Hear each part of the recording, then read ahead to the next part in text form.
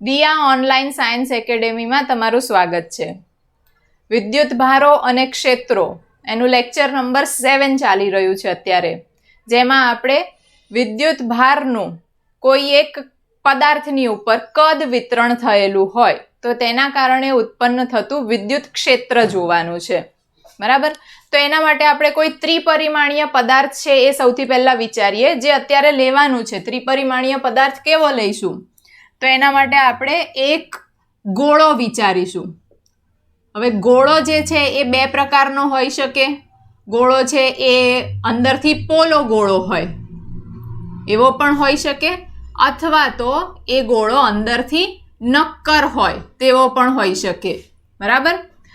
પોલો ગોળો હોય તો એ વાહક પદાર્થનો પણ બનેલો હોઈ શકે અને અવાહક પદાર્થનો પણ, અવાહક તત્વનો પણ બનેલો હોઈ શકે. બરાબર? નક્કર ગોળા માટે પણ સેમ વસ્તુ આપણે લખી શકીએ કે વાહક અથવા તો અવાહકનો બનેલો હોઈ શકે. બરાબર છે? તો એમાંથી આપણે વાહકનો બનેલો પોલો ગોળો અથવા અવાહકથી બનેલો પોલો ગોળો કે વાહકથી બનેલો નક્કર ગોળો, એની ઉપર વિદ્યુત ભારનું કદ વિતરણ થયેલું હોય, સતત કદ વિતરણ, તો એના દ્વારા જે વિદ્યુત ક્ષેત્ર એની આસપાસ ઉત્પન્ન થશે અથવા તો આપેલા કોઈ પણ બિંદુએ, એની ગણતરી સરખી થશે. આ ત્રણેય માટે કેવી આવશે? સમાન ગણતરી જોવાની આવશે. એક સાથે આપણે એની જે થિયરી છે એ જોઈ લેશું. કોઈ પણ એકનું પૂછે સેમ જ લખવાનું આવશે તમારે એની અંદર. જસ્ટ આ અવાહક છે, પોલો ગોળો નક્કર હોય અને અવાહકથી બનેલો હોય, તો એના માટે થઈને ગણતરી ખાલી જુદી પડશે. ઠીક છે? હવે આ પોલો ગોળો છે વાહક અને અવાહકથી બનેલો હોય તો એમાં આપણને ખ્યાલ આવે કે પોલો છે એટલે ઓબ્વિયસલી એની ઉપર આપણે કોઈ વિદ્યુત ભાર મૂકીશું તો શું થશે? અંદર તો હવા જ છે, અંદરથી પોલો છે એટલે કંઈ નથી એની અંદર, તો એ જે વિદ્યુત ભાર છે ઓબ્વિયસલી એની સપાટી ઉપર જ રહેવાનો છે. બરાબર? જ્યારે વાહકથી બનેલો નક્કર ગોળો હશે ને, તો પણ તમે ભલે એની ઉપર ગમે તે જગ્યાએ વિદ્યુત ભાર મૂકો, અંદર મૂકશો ને તો પણ એ વિદ્યુત ભાર સપાટીની ઉપર વિતરિત થઈ જશે. બરાબર?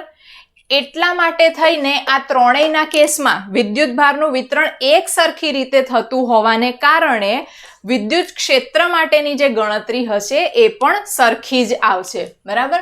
તો આપણે અત્યારે જોવાનું છે વિદ્યુત ભારનું કદ વિતરણ.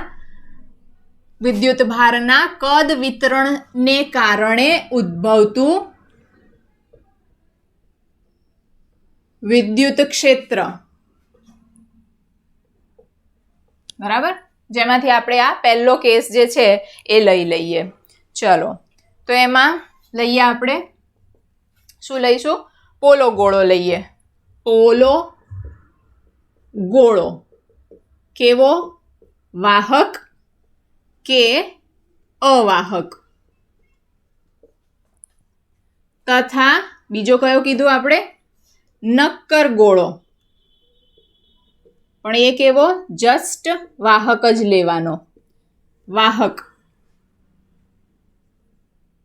થી બનેલો. એના કારણે ઉત્પન્ન થતું, આ પ્રકારના ગોળાને કારણે ઉત્પન્ન થતું વિદ્યુત ક્ષેત્ર, એની ગણતરી કરીએ. જો હવે આવી રીતનું જ્યારે સતત વિતરણ હોય એ વખતે આપણે અગાઉ જોઈ ચૂક્યા છીએ ગૌસનો નિયમ. ગૌસનો નિયમ વાપરવો એ ખૂબ સહેલું પડશે.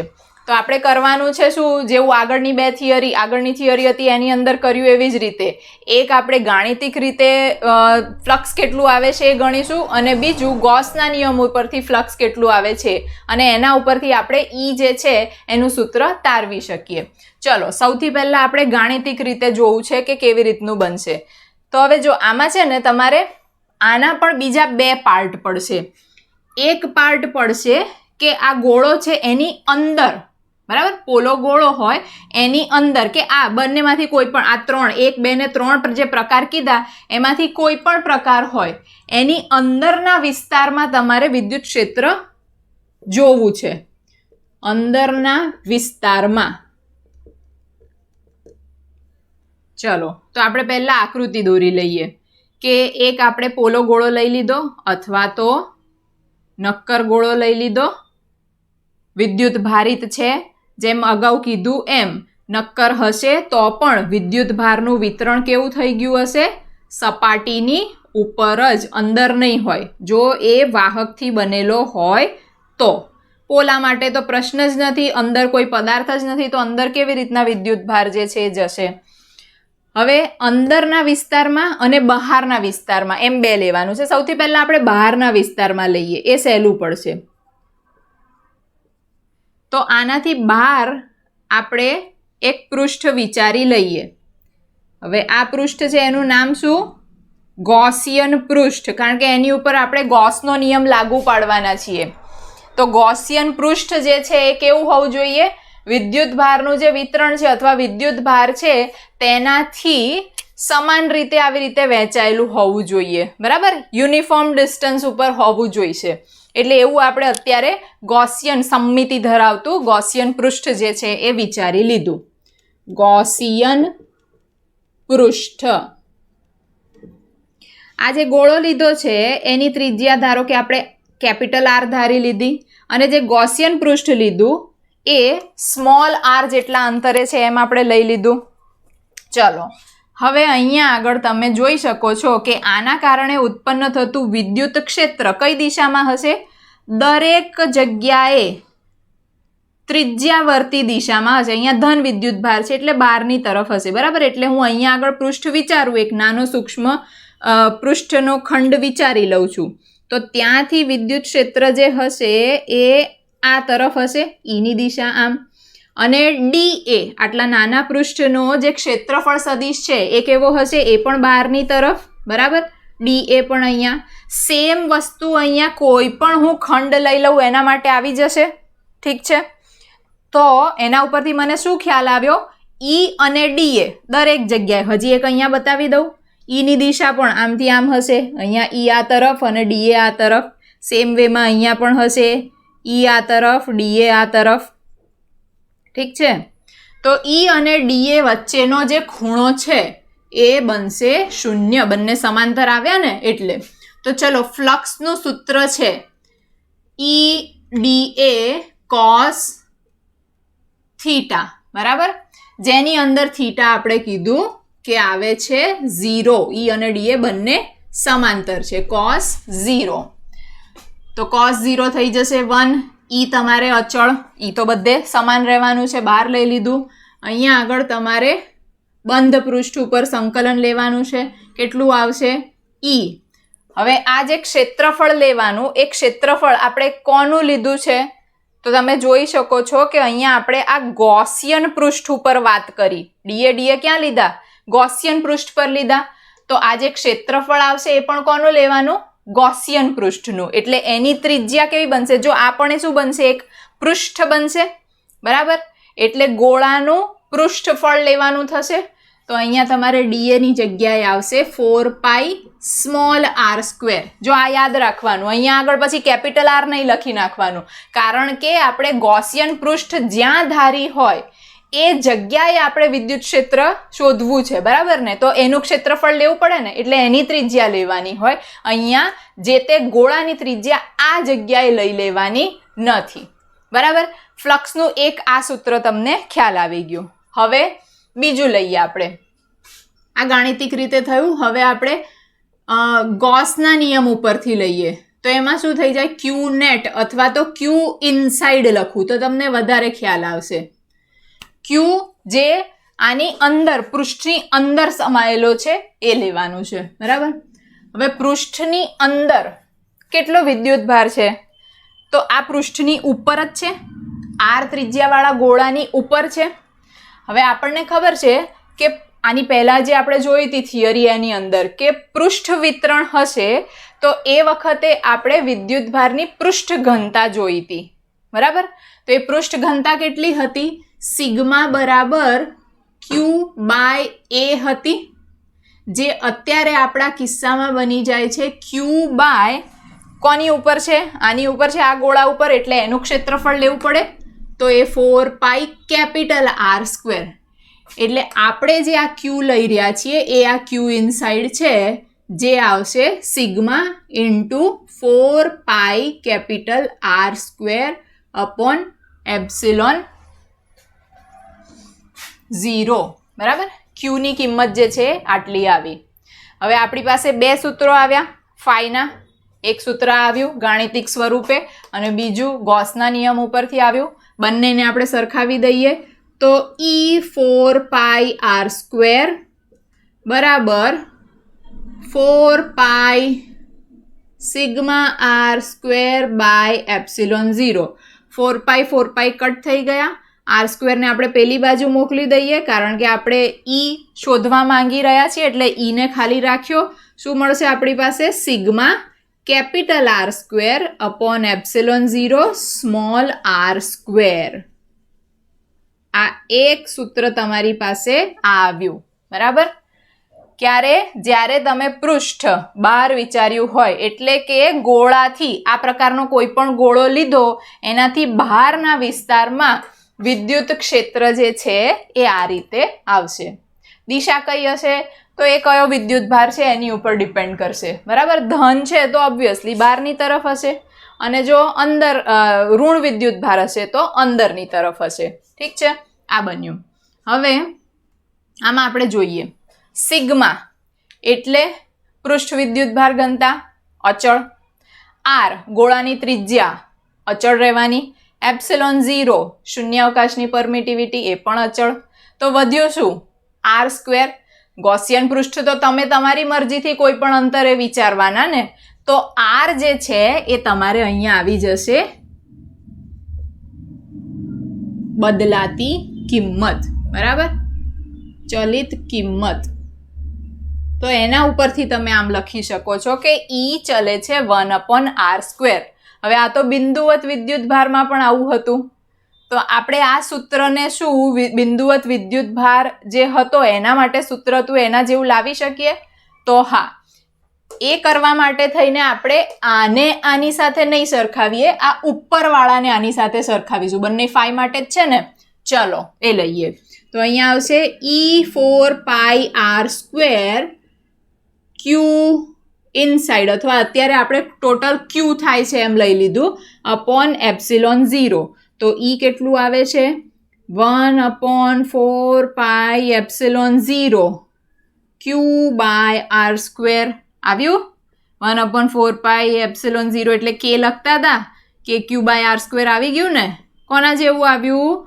બિંદુવત વિદ્યુત ભારના કારણે હતું એના જેવું.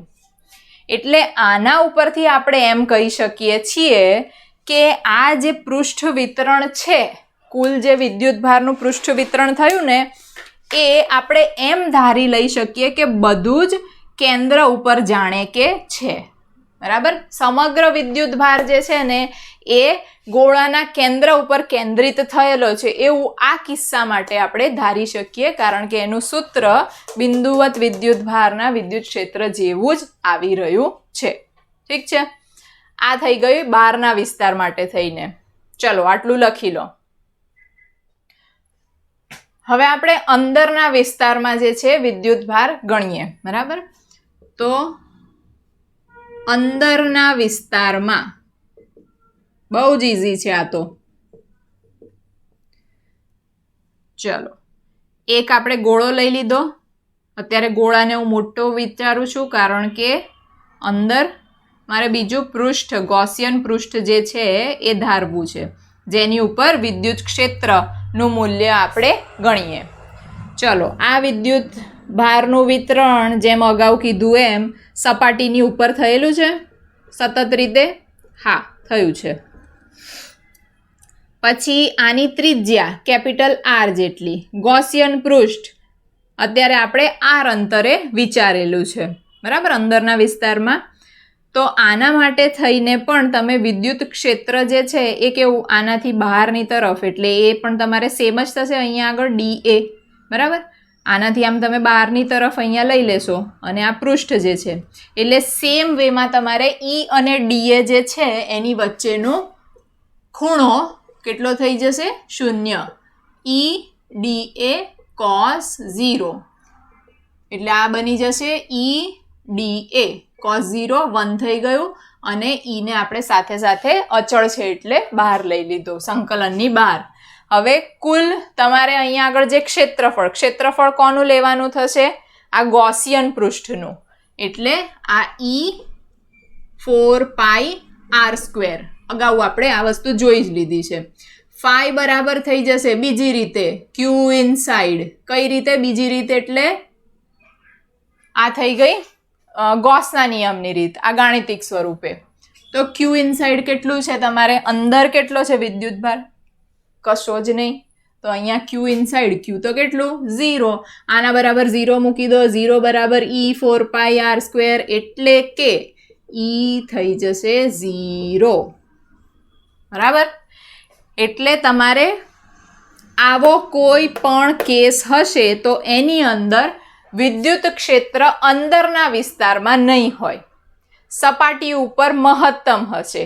અને પછી એનાથી આગળ બહાર જતા જાઓ એમ એ 1/r² થી ઘટતું જશે. તો મારે એના માટે આલેખ દોરવો હોય તો આલેખ કેવી રીતે દોરીશ? E વિરુદ્ધ r નો, અંદરના વિસ્તારથી લઈને સપાટીથી લઈને બહારના વિસ્તાર સુધી. તો જો અંદરનો વિસ્તાર તો જ્યાં સુધી હશે, કેન્દ્રથી લઈને તમે અહીંયા સુધી પહોંચો, સપાટીથી જસ્ટ અંદર સુધી, ત્યાં સુધી તો E 0 જ. એટલે એને હું અહીંયા બતાવી દઉં ક્યાંક. આ 0 અહીંયા બતાવ્યું એ ક્યાં? જસ્ટ હજી r બરાબર r આવ્યું એ જગ્યાએ. જ્યારે r બરાબર r આવશે ત્યારે એ વસ્તુ જે છે વિદ્યુત ક્ષેત્ર એ મહત્તમ બનશે. બરાબર? એના પછી એ વખતે સડનલી મેક્સિમમ બની જશે અને પછી 1/r² થી ઘટતું જશે અનંત સુધી. આને બતાવવાનું આ છે ચલે છે, E ચલે છે 1/r². અને અહીંયા લખી નાખીએ E બરાબર 0. અહીંયા આવશે E બરાબર E max. બરાબર? ચલો આને પણ લખી લો તમે. હવે આપણે જે અગાઉના કિસ્સા જોયા કે જેની અંદર આપણે 3 પ્રકારના ગોળા તો લઈ લીધા, વાહક અવાહકથી બનેલા પોલા ગોળા લઈ લીધા અને વાહકથી બનેલો નક્કર ગોળો લઈ લીધો. ચોથો કિસ્સો જે કીધો તો જે અલગ પડશે ગણતરી, એની ગણતરી આપણે કરવા જઈ રહ્યા છીએ. એ કિસ્સો કયો? અવાહકથી બનેલો નક્કર ગોળો. બરાબર? હવે અવાહકથી બનેલો ને વાહકથી બનેલો ગોળો હોય એમાં ફેર શું પડશે? તો જ્યારે તમે કોઈ એક ગોળો લીધો અને એ અવાહકથી બનેલો હોય અને એની ઉપર તમે કોઈક રીતે વિદ્યુત ભાર જે છે એ લાવો છો, બરાબર? એની ઉપર ઇન્જેક્ટ કર્યો તમે વિદ્યુત ભાર, તો શું થશે? એ તમે એને જ્યાં પણ આપ્યો ને એ લગભગ એ વિસ્તારમાં ને એવી રીતના રહેશે, એની આસપાસના વિસ્તારમાં ને એવું. બરાબર? એટલે આમ જોવા જઈએ તો એકચ્યુઅલી કેવું હોય કે વચ્ચેનો વિસ્તાર હોય ને ત્યાં આગળ વધારે હશે, પછી આજુબાજુ ઓછો ફેલાયેલો ને એવી રીતે હશે. બરાબર? એટલે આમ જોઈએ તો એનું સતત વિતરણ પણ હશે નહીં, યુનિફોર્મ ડિસ્ટ્રીબ્યુશન નહીં હોય. બરાબર? પણ અત્યારે આપણે એવો કિસ્સો લઈએ છીએ કે વિદ્યુત ભારનું જે વિતરણ થયેલું છે ને એ સતત રીતે છે અને એ પછી એક જગ્યાએ જ્યાં આવી ગયો ને વિદ્યુત ભાર એ ત્યાંનો ત્યાં પડ્યો રહે. કેમ? કારણ કે એની આજુબાજુનો અણુ જે છે, બધા પરમાણુઓ, એ કંઈ વાહક નથી. એટલે અહીંથી જઈને આગળ જઈ અને સપાટી ઉપર પહોંચી ગયો એવું ના થાય. જ્યાં છે ત્યાં આગળ એ સુષુપ્ત રીતે પડ્યો રહેશે. બરાબર? તો આપણે લઈએ છીએ વિદ્યુત ભારના કદ વિતરણને કારણે ઉદ્ભવતું વિદ્યુત ક્ષેત્ર. એની અંદરનો ખાસ કિસ્સો કેવો? અવાહકથી બનેલો નક્કર ગોળો. અવાહકથી બનેલા નક્કર ગોળા માટે. બરાબર? એમાં પણ આપણે 2 રીતે લઈશું. એક વખત એ ગોળાની અંદરનો વિસ્તાર અને બહારનો વિસ્તાર. બહારથી આપણે ચાલુ કરીએ. બહારના વિસ્તારમાં પહેલા આકૃતિ દોરી લઈએ. એક આપણે ગોળો વિચારી લીધો જેની ત્રિજ્યા છે r અને એની ઉપર વિદ્યુત ભારનું વિતરણ સતત રીતે થયેલું છે. r ત્રિજ્યા બતાવી દઉં. બહાર આપણે વિચારીશું એક સમમિતિ ધરાવતું, આની આસપાસ સમમિતિ ધરાવતું કયું પૃષ્ઠ? ગૌસિયન પૃષ્ઠ. જેની ત્રિજ્યા આપણે આર સ્મોલ આર જેટલી ધારી લઈએ. બરાબર. હવે આ 12 વિચાર્યું છે એના માટે અહીંયા આગળ જેમ આગળ જોયું હતું એવી જ રીતે ઈ જે છે એની દિશા આ આવશે તમારી પાસે અને ડી એ જે છે એ પણ આ દિશામાં આવશે. હવે બે રીતે, એક ગાણિતિક સ્વરૂપે અને બીજું ગોસના નિયમ ઉપરથી, બંને રીતે આપણે ગણતરી કરીએ જેમ અગાઉ કરીએ એવી જ રીતે. તો ફાઈ બરાબર ઈડીએ કોસ થીટા ઇક્વલ્સ ટુ ઈડીએ, ઈને પણ સાથે સાથે 12 લઈ જ લઈએ અને કોસ 0 1 થઈ જશે. ઈ ડીએ કોનું લેવાનું છે? ગોસિયન પૃષ્ઠ. તમારે જ્યાં આગળ વિદ્યુત ક્ષેત્ર ગોતવું છે ત્યાંનું, તો આર અંતરે ગોતવું છે એટલે ડીએ એટલે આવા બધા જ સૂક્ષ્મ ખંડોનો સરવાળો થઈ જશે. બરાબર. તો ડી એની જગ્યાએ આપણે લખીશું એનું પૃષ્ઠફળ, એ થશે 4πr² cos 0 1. ચલો બીજી રીતે, કઈ રીતે? ગોસના નિયમ ઉપરથી ફાઈ બરાબર શું હોય? ક્યુ ઇનસાઇડ, પૃષ્ઠ દ્વારા ઘેરાયેલો વિદ્યુત ભાર ભાગ્યા એપ્સિલોન 0. તો ક્યુ કેટલો થશે? આની અંદર કેટલો છે? હવે અહીંયા આગળ ક્યુ જે છે ને એ આપણે એના માટે લઈએ, જો આના માટે જે ઘનતા હશે ને, કદ વિદ્યુત ભાર ઘનતા, એને રો કહેવાશે.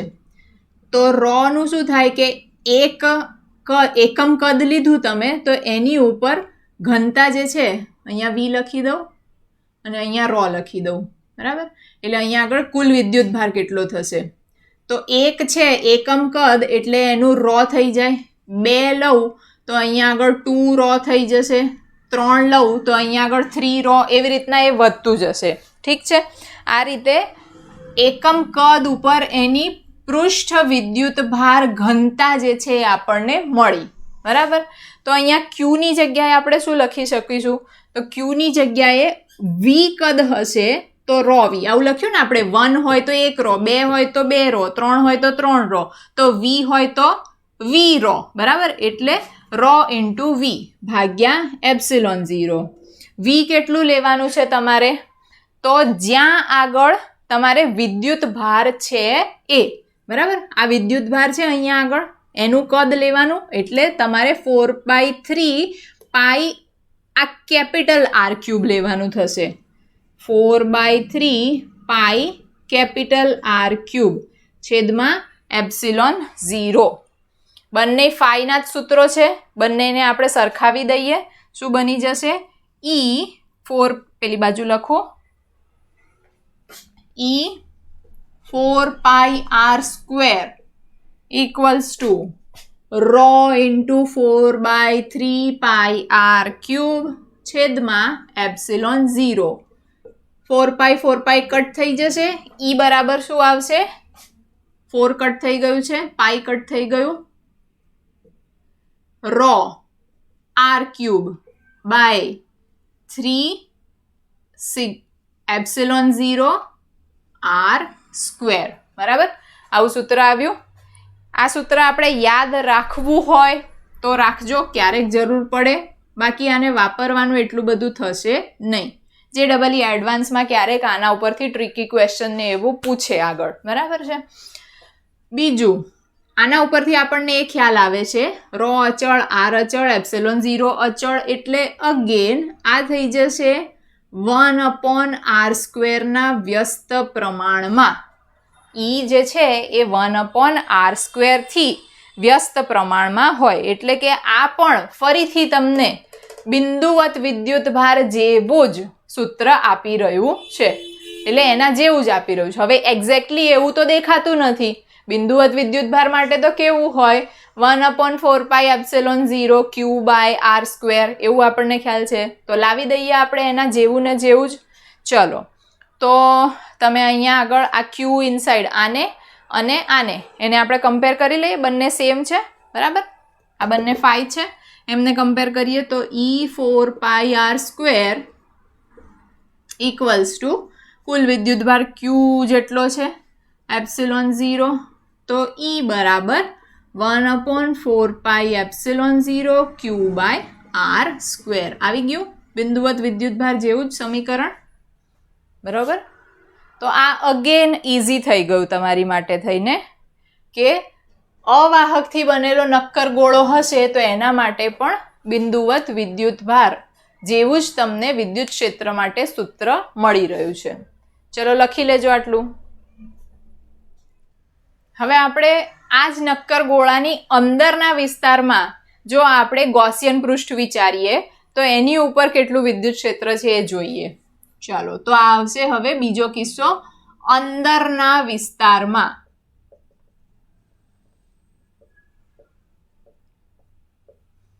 બરાબર, અંદરનો વિસ્તાર આપણે લઈએ. ધારો કે અહીંયા મારી પાસે એક ગોળો છે, અંદર પૃષ્ઠ બનાવવું છે એટલે ગોળાને મેં મોટો દોરી લીધો, જેની ઉપર સમાન વિદ્યુત ભારનું વિતરણ થયેલું છે. બધે જ હશે, અંદરની તરફ પણ હશે. અંદર એક ગૌસિયન પૃષ્ઠ ધારી લીધું. આ જે ગોળો છે એની ત્રિજ્યા આપણે લીધી કેપિટલ આર, ગૌસિયન પૃષ્ઠની ત્રિજ્યા લીધી આપણે સ્મોલ આર જેટલી. ચલો હવે આપણે ફરીથી સિગ્મા બરાબર ફાઈ બરાબર EDA cos થીટા સૂત્ર ઉપરથી ઈનું સૂત્ર લાવી શકીએ, એટલે ઈના ફોર્મમાં સૂત્ર લાવી શકીએ. EDA બનશે, ઈ અચળ છે, DA તમારે આવશે 4 પાઈ, અહીંયા કયું આવશે ગૌસિયન પૃષ્ઠવાળી ત્રિજ્યા 4 પાઈ r². આ બન્યું. હવે બીજું ફાઈ બરાબર ઈ ક્યુ ઇનસાઇડ બાય એપ્સિલોન 0. જો હવે અહીંયા આગળ આ બદલાશે. ક્યુ ઇનસાઇડ એટલે શું? તમે જે પૃષ્ઠ વિચાર્યું, જે પૃષ્ઠ આપણે ગૌસિયન પૃષ્ઠ તરીકે લીધું એની અંદર કેટલો વિદ્યુત ભાર આવ્યો એ લેવાનું છે. બરાબર, તો એની અંદર કેટલું થશે? આનું જે કદ હશે એટલા કદની અંદર એટલા કદની અંદર ગુણ્યા એકમ કદ દીઠ જે વિદ્યુત ભાર હોય તેટલો. એટલે અહીંયા આગળ હું લઈ લઉં છું કદ અને વિદ્યુત ભાર. એમ જો આપણે લઈએ તો એકમ કદ હશે તો રો જેટલો વિદ્યુત ભાર હોવાનો. બરાબર, કારણ કે રો બરાબર શું હતું? Q/V. એકમ કદ તો તમારે રો જેટલો વિદ્યુત ભાર હશે. બરાબર, પછી 2 લઉં તો 2 રો જેટલો થઈ જશે. પછી અહીંયા આગળ 3 લઉં તો 3 રો બની જશે. એવી જ રીતે V કદ લઈ લઉં તો V રો જેટલું કદ બને, V રો જેટલો વિદ્યુત ભાર બનશે. તો મારે અહીંયા આગળ V ઇન્ટુ રો લખવું જોઈએ, જ્યાં V એટલે આ જે અંદરનો નાનો ગોળો દેખાઈ રહ્યો છે એનું કદ કેટલું થાય? 4/3 pi small r³ into rho by epsilon 0. હવે આ બંને સમાન આવ્યા, બંને ફાઈ માટે જ છે સૂત્ર, તો એને આપણે સરખાવી દઈએ. આ બની જશે E4 pi r² equals to 4/3 pi r³ rho upon epsilon 0. બરાબર, 4 પાઈ કટ થઈ ગયા, 4 પાઈ કટ, એક r² પણ કટ થઈ જશે. અહીંયા શું વધ્યું તમારે? E બરાબર આ બાજુથી એક r વધ્યો, રો r/3 એપ્સિલોન 0. જો આ નવું સૂત્ર આવ્યું. અહીંયા તમને શું દેખાઈ રહ્યું છે? E જે છે એ r થી સમપ્રમાણમાં છે. આવું ફર્સ્ટ ટાઈમ આવ્યું તમારે આ થિયરીની અંદર. બરાબર, E ચલે છે r, એટલે જેમ જેમ તમે જેમ મોટું પૃષ્ઠ તમે અહીંયા ગૌસિયન પૃષ્ઠ વિચારતા જશો ને એમ એની અંદર ઘેલાયેલો વિદ્યુત ભાર જે છે એ પણ વધતો જશે. એટલે વિદ્યુત ભાર વધે એટલે શું થશે? વિદ્યુત ક્ષેત્રની તીવ્રતા વધતી જાય ને. બરાબર ને? આટલો નાનો લઉં તો એની અંદર થોડોક જ વિદ્યુત ભાર હશે. પછી એનાથી મોટું પૃષ્ઠ લઉં તો શું થઈ જશે? વધારે વિદ્યુત ભાર એટલે વધારે તીવ્ર વિદ્યુત ક્ષેત્ર. બરાબર, તો r જેમ વધશે એમ E નું મૂલ્ય જે છે એ વધતું જશે. એટલે કે આની અંદર તમારે અંદરના વિસ્તારમાં જેમ અગાઉ આવ્યું હતું એમ શૂન્ય વિદ્યુત ક્ષેત્ર નથી આવતું, કારણ કે અંદર પણ વિદ્યુત ભાર છે. બરાબર, પોલો ગોળો અથવા તો વાહકથી બનેલો નક્કર ગોળો હોય તો એમાં શૂન્ય આવતું હતું, જ્યારે આની અંદર એ શૂન્ય નથી વિદ્યુત ભારની હાજરીના કારણે. તો હવે તમે એના માટે થઈને આલેખ આપણે દોરવો હોય તો આલેખ કેવી રીતે દોરશો? તો આલેખ તમે આ રીતે કંઈક બતાવી શકો.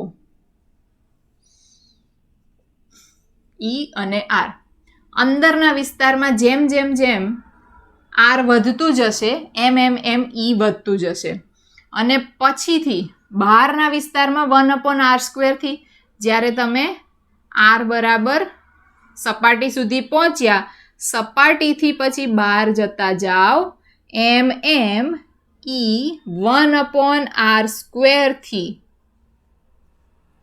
r² વ્યસ્ત પ્રમાણમાં તમને ઘટતું જોવા મળશે. આ જગ્યાએ ઈ ચલે છે આર મળશે. બરાબર? તો આ રીતે તમારે આલેખ બની ગયો. હવે તમારે આને જ જો રો જે છે એ રો તરીકે ના લખ્યું હોય, તમને રો તરીકે કિંમત ના આપી હોય દાખલાની અંદર, અને ક્યુ તરીકે લેવાની થાય તો પણ તમે ગણતરી કરી શકો છો. રો બરાબર શું લખશો? રોની જગ્યાએ તમે શું લખી શકો? Q/V લખી શકો. તો અહીંયા આગળ આપણે મૂકી દઈએ E બરાબર Q into R/4/3πr³ અને into 3ε0 આટલી વસ્તુ થઈ. બરાબર છે? અહીંયા આપણે એકચ્યુઅલી આ આર છે એને કેપિટલ આર લખવાનો થશે. બરાબર? કુલ જે છે એ તમારે કુલ વિદ્યુતભાર ઘનતા અહીંયા કુલ ટોટલ ઉપર કેટલો છે એ તમને આપી દીધું હોય ને. ક્યુ લીધું ત્યારે કેમ કેપિટલ આર લીધું? કારણ કે આપણને જ્યારે દાખલામાં આપ્યું હોય ત્યારે ગૌસિયન પૃષ્ઠ ઉપર કેટલો ઘેર આવ્યો એ ના આપ્યું હોય, આપેલ ગોળા પરનો કુલ વિદ્યુતભાર એમ આપ્યું હશે. તો કુલ વિદ્યુતભાર આપ્યું હોય તો તમારે ગોળો પણ તો આખો લેવો પડશે. આખો ગોળો લઈશું તો આખા ગોળાનું જ કદ લેવાનું થાય ને. એટલા માટે Q/4π કેપિટલ R³. 3 જે છે કટ થઈ ગયા, તો અહીંયા બનશે તમારે QR/4πε0 અને અહીંયા આગળ R³. બરોબર છે? આ રીતે તમારે સૂત્ર જે છે એ આવ્યું. બરોબર?